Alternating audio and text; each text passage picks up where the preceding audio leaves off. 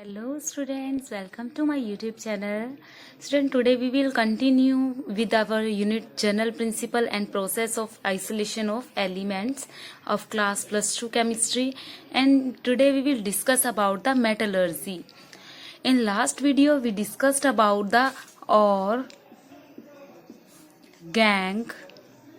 कुछ स्टूडेंट्स का रिप्लाई आया हुआ था कि ये गंगू है या गैंग है. तो स्टूडेंट्स, ये गैंग है. गैंग गैंग यानी इम्प्यूरिटीज, अशुद्धियां. Okay students, and also we discussed about the minerals. तो student, today we will discuss about the metallurgy.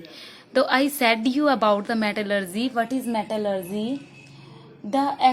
To extract the metals from their ore. ठीक है, ओर से मेटल को एक्सट्रैक्ट करना ही आपका क्या कहलाता है? मेटल का एक्सट्रैक्ट करना ओर से, ठीक है, मेटलर्जी कहलाता है. यानी कि उनको प्योरीफाई करना ही मेटलर्जी कहलाता है. अब एक्सट्रैक्ट कैसे कर सकते हो? कोई इतना इजी काम थोड़ी है कि तुम बड़ी जल्दी से प्योर कर लोगे. आपको एक रॉक साल्ट दिखी थी, उसके अंदर आपको गोल्ड दिखा, AU. इतना इजी तो है नहीं कि आप इसको तोड़ लोगे और बीच में से गोल्ड निकाल लोगे, वो प्योर गोल्ड हमें मिल गया. ठीक है, नहीं. इसके लिए हमें बहुत सारे मेथड फॉलो करने पड़ेंगे. ठीक है, तो वो मेथड हम एक एक करके डिस्कस करेंगे कि हम किस तरह से इम्प्योरिटीज को अलग करके अपना मेटल, जो प्योर मेटल है, उसको हम गेट कर सकते हैं. तो इस यूनिट में हम पहले आज के लेक्चर में पढ़ेंगे एक्सट्रैक्शन के मेथड, कि किस किस तरह से हम एक्सट्रैक्ट कर सकते हैं. तो स्टूडेंट, पहला मेथड है हमारा, ध्यान से देखना है, इस यूनिट में कुछ नहीं है स्टूडेंट, सिर्फ थ्योरी है. ठीक है, और जो मेन होगा टॉपिक मैं आपको बता दूंगी कि ये मेन है, उसके बारे में जरूर पढ़ लेना. तो देखो स्टूडेंट, सबसे पहले है क्रशिंग. क्रशिंग बोल लो या ग्राइंडिंग बोल दो, ऑफ ओर. ठीक है, और सेकंड मेथड है क्रशिंग. होता है बेटा चूर चूर कर देना, ठीक है, क्रश करके. आगे है कॉन्सेंट्रेशन और बेनिफैक्शन ऑफ और. ठीक है, इसको वैसे हम और ड्रेसिंग भी बोल देते हैं, और ड्रेसिंग मेथड. ध्यान से देखना स्टूडेंट, जो हम एक्सट्रैक्शन के मेथड कर रहे हैं, पहला मेथड है क्रशिंग. ठीक है, और ये मेथड बहुत जरूरी है अभी हर ओर के लिए. जब तक ये पहला स्टेप नहीं कर लेते ना आप, तब तक अगले स्टेप पे नहीं जा सकते. जब भी आप मेटल प्रिपेयर करते हो, मेटल मिलता है आपको, तो उसको क्रश करना बहुत जरूरी होता है, उसकी इम्प्योरिटीज को अलग करने के लिए. थर्ड मेथड आता है स्टूडेंट्स आपका extraction of crude metal from concentration और. ठीक है, इसके अंदर कुछ हम एक्सट्रैक्शन मेथड करेंगे, कुछ इलेक्ट्रिकली मेथड भी होंगे. फोर्थ नंबर पे आता है रिफाइनिंग. अब आपको याद आ रहे होंगे कि 10th क्लास में भी हमने पढ़ा था ये chapter, refining of crude metal. तो स्टूडेंट, हमारे पास ये 4 मेथड हैं. ठीक है, सबसे पहले crushing and grinding, and second is concentration of beneficial of ore, यानी और ड्रेसिंग, एंड थर्ड आता है हमारा extraction of crude metal from concentration ore, and next refining of crude metal. तो स्टूडेंट्स, मैं इसको थोड़ा पॉज कर देती हूँ. इनको क्लिक जरूर करना, और मेरी एक रिक्वेस्ट है आपसे, आप साथ के साथ इनके नोट्स जरूर बनाना स्टूडेंट, क्योंकि आपकी बुक के अंदर, चाहे आप NCERT बुक देखते हो, प्रदीप्स की देखते हो, मॉडर्न ABC की देखते हो, तो आपको ये मैटर, इतना फालतू मैटर होगा जो आपको दिया होगा कि ये लिखो या इसको लर्न करो, उसमें आपको बहुत दिक्कत आएगी. तो आप इसके साथ नोट्स बनाओगे स्टूडेंट, तो आपको बिल्कुल भी दिक्कत नहीं आएगी. 2 या 3 नंबर की यूनिट है जो आपके सिलेबस में है, both for HBSC and CBSE syllabus. Okay student, and I will advise you, please make notes with me, and firstly pause. I am doing pausing, please click the screenshot. After that we will discuss about the 1-1 method. तो प्यारे बच्चों, चलते हम next topic की तरफ. जो हमारा है क्रशिंग एंड ग्राइंडिंग। देखो स्टूडेंट, मैंने आपको पहले भी बताया था, क्रशिंग का मतलब होता है चूर चूर करना। अब सपोज करो कि आप कहीं मार्केट में जा रहे थे, आपको गोल्ड की रिंग मिल गई, गोल्ड की रिंग जो कि ऐसे कच्ची जगह पर पड़ी थी, ठीक है, और उसके अंदर पूरी मिट्टी फंसी पड़ी थी, इतना मोटा मिट्टी का डला था, उसके अंदर वो रिंग फंसी पड़ी थी। तो आपने क्या किया, उस रिंग को उठा ली, मतलब उस डले को उठा लिया। अब घर आके क्या करोगे आप, सबसे पहले उस डले को मतलब तोड़ोगे और आराम से तोड़ोगे, यानी क्रशिंग करोगे। क्रश करके उसके गैंग यानी कि इम्प्योरिटीज यानी कि वो मिट्टी उसको निकाल दोगे, ठीक है। उसको निकालने के बाद आप उसके ऊपर प्रोसेस लगाओगे कि कौन सा प्रोसेस लगेगा रिंग को साफ करने के लिए। ऑब्वियसली बात है कि रिंग है वो मेटल है, जिसको धोने से कोई नुकसान नहीं होगा। तो आपने सबसे पहले क्या किया, उसका क्रशिंग और ग्राइंडिंग कर दिया।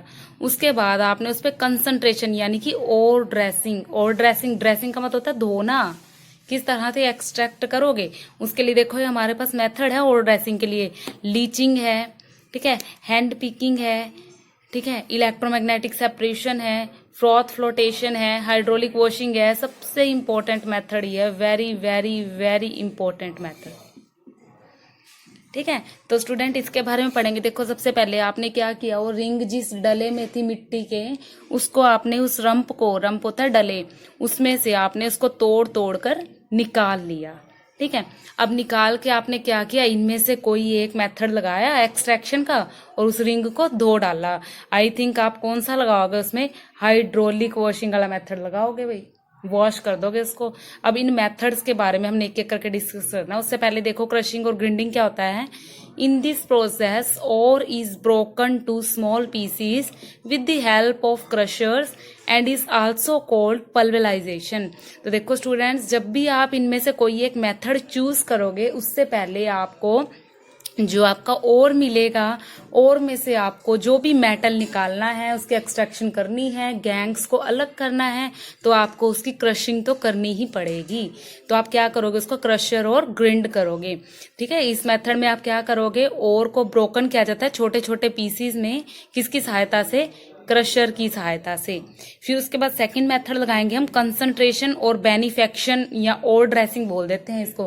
बेनिफेक्शन मेथड है, बहुत इंपॉर्टेंट मेथड है। देखो इसमें क्या होता है, और as they obtain from earth crust are never pure. जो भी और आपको अर्थ क्रस्ट पे मिलेंगे वो कभी प्योर नहीं होंगे, वो प्योर नहीं होंगे स्टूडेंट्स, ठीक है। अर्थ क्रस्ट पे मैंने आपको बताए थे कि एक नेटिव यानी कि फ्री स्टेट पे मिलते हैं और एक कॉम्बाइन स्टेट पे मिलते हैं। तो हमने ये भी बात की थी कि नेटिव और फ्री स्टेट पे जो मिलते हैं उनको हमें ज्यादा धोने की या ज्यादा एक्सट्रैक्ट करने की जरूरत नहीं पड़ती, ठीक है। तो जो कॉम्बाइन स्टेट पे मिलते हैं उनको एक्सट्रैक्ट करने की बहुत जरूरत पड़ती है। और as they obtain from earth crust are never pure, the removal of unwanted earthly impurities from ore is called और। तो जब हम कॉल्ड और ड्रेसिंग, जब हम क्या करते हैं, जो भी और हमें अर्थ क्रस्ट से मिला है उसमें से जो अनवांटेड अर्थली इम्प्योरिटीज होती हैं, जिनको हम गैंग बोलते हैं, उनको अलग कर देते हैं, ठीक है। इनमें से कोई एक मेथड लगा के हम उसको अलग कर सकते हैं, उसको बोलते हैं स्टूडेंट्स और ड्रेसिंग। अब देखो और ड्रेसिंग कैसे कैसे कर सकते हो आप। एक तो है हैंड पिकिंग मेथड, ठीक है, एक है लीचिंग, एक है आपका हाइड्रोलिक वॉशिंग, एक है फ्रॉथ फ्लोटेशन, एक है इलेक्ट्रोमैग्नेटिक सेपरेशन। तो स्टूडेंट इसको पॉज कर रही हूं मैं, ये जरूर आप इसका स्क्रीनशॉट ले लीजिए और मेरे साथ साथ नोट्स जरूर बनाएं।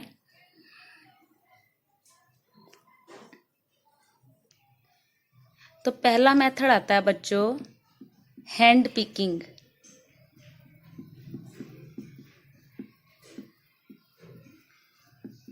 तो देखो स्टूडेंट, हैंड पिकिंग मेथड क्या है, जैसा कि इसके नाम से ही पता लग रहा है, हैंड पिकिंग यानी हाथ से पिक कर लेना, चूज कर लेना।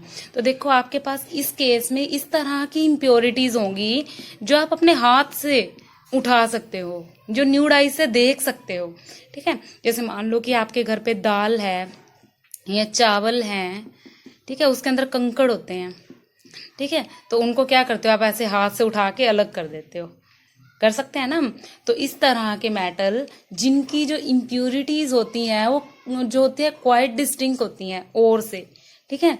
और these may be differentiated by the necked आई, जिनको हम अपनी न्यूड आई से देख सकते हैं। This may be separated by hand picking, तो इस तरह के मेटल्स को हम हैंड पिकिंग मेथड कहते हैं और उससे अलग कर सकते हैं।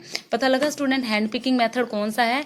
इस तरह का मेथड जिसमें हम जो इम्प्योरिटीज हैं वो क्वाइट डिस्टिंक्ट होती हैं, उनके और से थोड़ा ही उनके अंदर डिफरेंस होता है, ठीक है, जिनको हम अपनी न्यूड आई से देख सकते हैं, तो उसको हम हैंड पिकिंग मेथड से बड़े इजीली हाथ से उठा के जो है अलग कर सकते हैं।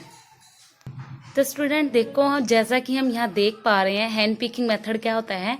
इन this case impurities quite distinct from ore so that these separated by naked eye, these may be separated by hand picking, ठीक है।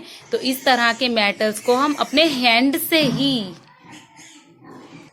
इस तरह की इम्प्योरिटीज को अपने हैंड से पिक कर सकते हैं, ठीक है। तो नेक्स्ट मेथड हम पढ़ते हैं।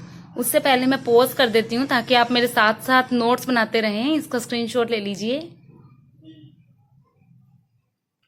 स्टूडेंट अगला हमारा मेथड है हाइड्रोलिक वॉशिंग, जो कि बड़ा ही इंपॉर्टेंट मेथड है। हाइड्रोलिक वॉशिंग, इसको एक और नेम भी होता है इसका, जिसको लेविगेशन बोलते हैं। लेविगेशन मेथड होता है स्टूडेंट। ये देखो, ये मेथड बड़ा ही इजी है। जिस तरह से कई बार क्या होता है, आपकी मम्मी गेहूं साफ करती है, ठीक है, तो गेहूं के अंदर छोटी छोटी मिट्टी के पार्टिकल होते हैं, ठीक है, गैंग पार्टिकल। इस गेहूं में अब ये मिट्टी के पार्टिकल्स हैं। अगर आपकी मदर इस मिट्टी के पार्टिकल को उठाने लग जाए एक एक करके, तो बहुत टाइम लग जाएगा, ठीक है। तो वो क्या करते हैं, इसको हाइड्रोलिक वॉशिंग यानी कि धो देते हैं with the help of water. तो वाटर से क्या होगा, जो आपके मिट्टी के पार्टिकल होंगे वो तो धुल के नीचे बैठ जाएंगे, यानी बह जाएंगे सारे, और आपकी जो गेहूं है वो क्या हो जाएगी, बिल्कुल साफ हो जाएगी। तो इसको हाइड्रोलिक वॉशिंग कहते हैं, जिसको हम डायग्राम की हेल्प से समझेंगे। देखो स्टूडेंट, यहाँ पर एक जेट होता है, जेट वाटर का, ठीक है। यहाँ पर वाटर का जेट लगा हुआ होता है आपका, ठीक है, और जहां से बड़ी ही तेजी से वाटर जो है फॉल कर रहा होता है, ठीक है। और यहाँ पर आपका क्रशिंग ओर डालने के लिए हाइड्रोलिक क्लिंजिफायर होता है, जहां से हम क्रश डालते हैं। क्रश मतलब कि चूर चूर ओर, जो हमने क्रश किया था ना जिस ओर को, वो यहाँ से पोर करते हैं, इसके अंदर डालते हैं, ठीक है, क्रशिंग ओर। जिस भी ओर को आपने वो करना है, प्योरीफाई करना है, वो यहाँ से डालते हैं। अब देखो स्टूडेंट, होता क्या होगा, इसमें से जब क्रशिंग ओर यहाँ पर आता है, तो देखो सिर्फ पहली बात तो एक चीज नोट करना जरा, ये जो मेथड है ना सिर्फ हैवी मेटल्स के लिए है। हैवी मेटल जो नीचे बैठ जाएंगे, और जो इम्प्योरिटीज होंगी वो इतनी हल्की होंगी। ये देखो, ये मेटल आ रहा है यहाँ पर, और ये वाटर का फ्लो जो है इसके ऊपर लगातार पड़ रहा है। तो यहाँ जो मेटल होगा ना आपका, जो मेटल होगा जिसके अंदर गैंग भी है, और प्लस गैंग, जिसके अंदर और प्लस गैंग है, तो जो ये मेटल होंगे ना और वाले, वो यहाँ नीचे बैठ जाएंगे। क्यों बैठ जाएंगे? क्योंकि वो हैवी हैं, ठीक है। और जो आपके गैंग पार्टिकल होंगे वो इस वाटर के फ्लो से आगे बह जाएंगे। यहाँ पर ये जो है, ये गैंग पार्टिकल जो हैं वो चले जाएंगे। जो हैवी मेटल होगा आपका, जिसको आपको प्रिपेयर करना था, वो आपके यहीं बैठ जाएंगे। समझ आई या नहीं? देखो, this method is useful for the ore of heavy metal. Heavy metal कौन से होते हैं? Like SN, Fe, PB। ये इस तरह के मेथड के लिए जो है टेक्निक है। इसमें क्या होता है, ये मेटल तो होते हैं हैवी, लेकिन जो इनकी इम्प्योरिटी होती है ना वो लाइट होती है, ठीक है। वो इतनी लाइट है कि जैसे ही वाटर का प्रेशर मारा, वो मिट्टी एकदम से अलग, ठीक है। तो अब वो मिट्टी जो है, गैंग है, वो जैसे यहां से मेटल क्रश करके मैंने डाला था, उस और डाला था, जो और के अंदर गैंग्स भी हैं। तो वो गैंग और जब मैंने इसके अंदर डाला क्रशिंग ऑयल, पानी का प्रेशर इतनी जोर से गया, जो आपके मेटल थे, हैवी थे, वो तो यहीं बैठ गए, ठीक है। लेकिन जो आपके गैंग पार्टिकल थे वो निकल गए, ठीक है। सेम वैसे जैसे आपको एक रिंग पाई थी गोल्ड की, तो उसमें मिट्टी चिपकी हुई थी, आपने उसके ऊपर पानी का प्रेशर मार मार के मिट्टी तो निकाल दी, और जो आपकी गोल्ड की रिंग थी वो आपके पास ही रह गई। तो देखो कितना छोटा सा और कितना इजी मेथड है। एक बस जेट लेना है आपको वाटर का, उसके साथ आपको स्प्रे करनी है कंटिन्यू क्रशिंग ओर के ऊपर। हाइड्रोलिक क्लासीफायर बोलते हैं इसको, हाइड्रोलिक क्लासीफायर, हाइड्रोलिक क्लासीफायर, ठीक है, हाइड्रोलिक क्लासीफायर के अंदर से क्रशिंग ओवर डाला था आपने, ठीक है। और वाटर और गैंग जो थे आपका, ये बैग है, ये जो हैवी मेटल थे वो आपको यहाँ प्रिपेयर हो गए, ठीक है। तो देखो बच्चों, ये जो हाइड्रोलिक वॉशिंग है, जिसको नेविगेशन भी बोल देते हैं हम, क्या कहाँ यूजफुल होता है? ये useful for ore of heavy metals like SN FE PB, इनके लिए यूजफुल होता है। बेसिक प्रिंसिपल है जिसमें डेंसिटी डिफरेंस है। बस देखो, जो गैंग है, गैंग की इस जो मेटल हमें प्योरीफाई करना है, उनकी जो दोनों की डेंसिटी है उसके अंदर डिफरेंस है। एक की डेंसिटी ज्यादा है, एक की कम है। जिसकी ज्यादा डेंसिटी है वो नीचे बैठ जाएगा, यानी मेटल, यानी हमें हैवी डेंसिटी मेटल्स की जरूरत पड़ेगी, ठीक है। तो ये मेटल जो ऐसे है, ये हैवी जो है डेंसिटी वाले मेटल हैं, वहीं पर इसका यूज कर सकते हैं, ठीक है। उसके बाद है light ore are can not be concentrated. इस मेथड से लाइट और को प्रिपेयर नहीं किया जा सकता, ठीक है। तो देखो, ये डायग्राम मैंने बना दिया है, इसलिए बनाया ताकि आप इसका स्क्रीनशॉट ले लो और साथ साथ नोट्स बना सको। तो इसका स्क्रीनशॉट ले लीजिए। चलते हैं नेक्स्ट मेथड पे। तो प्यारे बच्चों, नेक्स्ट जो हमारा मेथड है वो है इलेक्ट्रोमैग्नेटिक सेपरेशन। तो देखो, इलेक्ट्रोमैग्नेटिक, जैसा कि नाम से ही पता लग रहा है इलेक्ट्रोमैग्नेटिक, बचपन में आप खेले थे मैग्नेट के साथ, खेले हो? ये रहे छोटे छोटे मिट्टी के टुकड़े और ये रहे मैग्नेटिक पार्टिकल, यानी मैग्नेट या लोहे के लगा लो, चलो, ठीक है। लोहे के टुकड़े हैं ये छोटे छोटे, और ये है इसमें बीच में ही मिट्टी के पार्टिकल, ठीक है। अब आप एक चुंबक लेके आए, चुंबक आप यहाँ पर लेकर आए, तो क्या देखोगे? क्या चुंबक जो ये मिट्टी के पार्टिकल है उनको भी उठाएगी, या चुंबक सिर्फ उनको उठाएगी जो सिर्फ लोहे के हैं, ठीक है। या फिर मैंने यहाँ चुंबक के छोटे छोटे पार्टिकल रख दिए, बीच में मिट्टी डाल दी, रेत डाल दिया, सैंड डाल दिया, और यहाँ लोहे की एक कील लेके आई, तो आप क्या देखोगे? लोहे की कील को सारे के सारे जो मैग्नेटिक पार्टिकल है वो चिपक जाएंगे। बस वही मेथड है ये स्टूडेंट्स, बिल्कुल इजी, बच्चों का खेल है ये। देखो, इलेक्ट्रोमैग्नेटिक सेपरेशन क्या होता है? Used if one of the और इम्प्योरिटी इज मैग्नेटिक। देखो, ये मेथड वहां यूज किया जाता है जहां पर या तो और या फिर इम्प्योरिटी मैग्नेटिक हो, मैग्नेटिक यानी चुंबकीय हो। अगर देखो इम्प्योरिटी चुंबकीय है तब भी ये मेथड यूज हो जाएगा, ठीक है। इम्प्योरिटी तो है मैग्नेटिक, लेकिन जो आपका और है वो मैग्नेटिक नहीं है, ठीक है। और सेकंड पॉइंट देखो, magnetic particle are attracted and fall nearer the magnetic roller. इसमें स्टूडेंट होता क्या है? दो रोलर होते हैं, मैं अभी बनाऊंगी, दिखाती हूँ आपको। रोलर पे एक पे आपका मैग्नेट का पट्टा, मैग्नेट का रोलर होता है, ठीक है, और दूसरा विदाउट मैग्नेट होता है, ठीक है। तो उसके ऊपर जो और पार्टिकल उनको डालते हैं, तो जो मैग्नेटिक पार्टिकल होते हैं वो तो रोलर पे चिपक जाते हैं, ठीक है, यानी कि जैसे आयरन वगैरह हो गया। और जो डस्ट पार्टिकल या गैंग होते हैं वो क्या होते हैं? वो बेल्ट से उतर जाते हैं, क्योंकि वो मैग्नेटिक नहीं होते ना, चिपक नहीं सकते, ठीक है। नेक्स्ट है while non magnetic particle fall away from roller. जो नॉन मैग्नेटिक पार्टिकल होते हैं वो रोलर से उतर जाते हैं। तो देखो स्टूडेंट, ये इसका सेटअप है, ध्यान से देखना। ये देखो, ये बेल्ट होती है, दो रोलर होते हैं, ठीक है। रोलर पे ये बेल्ट लगी हुई है आपकी।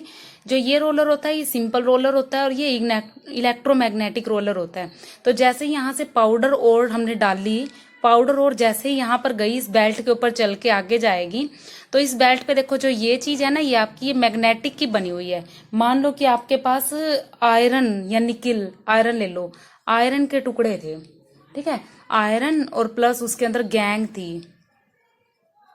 अब देखो, जो गैंग है वो तो है नॉन मैग्नेटिक, जो आयरन है वो आपको पता है मैग्नेटिक है, मैग्नेट को कितनी अच्छे से ये अट्रैक्ट करता है आयरन, ठीक है। तो ये गैंग और ये आयरन, ठीक है, और ये गैंग और आयरन, ये लिख देती हूँ मैं यहाँ पर, गैंग और इम्प्योरिटी और आयरन।